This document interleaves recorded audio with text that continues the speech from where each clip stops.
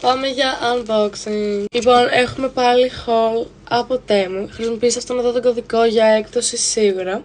Λοιπόν, θα αρχίσουμε αυτό εδώ το τσαντάκι που είναι τέλειο για να βάζεις make-up μέσα ή οτιδήποτε θες, για ταξίδι ή για να πας κάπου ή και γενικά για να το έχεις στο δωμάτιό σου. Πάρα πολύ λίγα brushes για το make-up και χρησιμοποιώ οριακά το ίδιο κάθε φορά για όλα τα steps.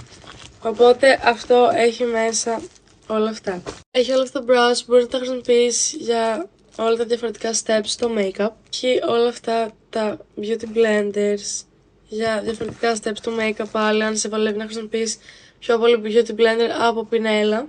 Έχει όλα αυτά που είναι για powder, αλλά έχει και δύο μεγάλα. Και τέλος έχει αυτό εδώ που το έχω δει πραγματικά παντού, που είναι για να βγάζεις το make-up σου έτσι και απλά το βρέχεις και βγάζεις το make-up σου ή βάζεις και σαπούνι πάνω. Λοιπόν, πάμε σε αυτό εδώ το τσαντάκι που δείτε πόσο όμορφο είναι και έχει φιόγκους πάνω. It's so girly and cute. Και δείτε πόσο χώρο έχει μέσα.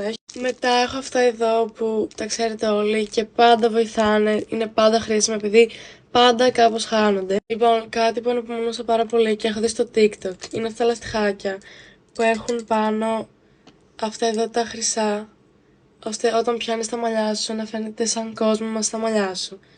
Και εκεί μπορείς να το κάνεις match με το outfit σου, επειδή το παλιό μου έχει λίγο καταστραφεί. Και αυτό έχει μέσα πάρα πολλά τέτοια για να τα ανταλλάζεις, ώστε να μην χαλάει ποτέ. Έχει πάρα πολλά. Έχει μέσα και αυτό, που είναι για ταψιδικές λεφαρίδες. Και έχει μέσα και αυτό που είναι για να ξεχωρίσεις λεφαρίδες όταν βάζεις μάσκαρα για να μην είναι κολλημένες όλες μαζί. Αυτά εδώ τα τουφάκια που είναι πάρα πολύ ωραία. Και γενικά εμένα δεν μου αρέσουν οι λεφαρίδες που είναι τεράστιες και φαίνονται πάρα πολύ πάνω μου. Οπότε και φαίνονται σαν φυσικά. Πήρα και αυτά που έχει και πιο μεγάλα sizes.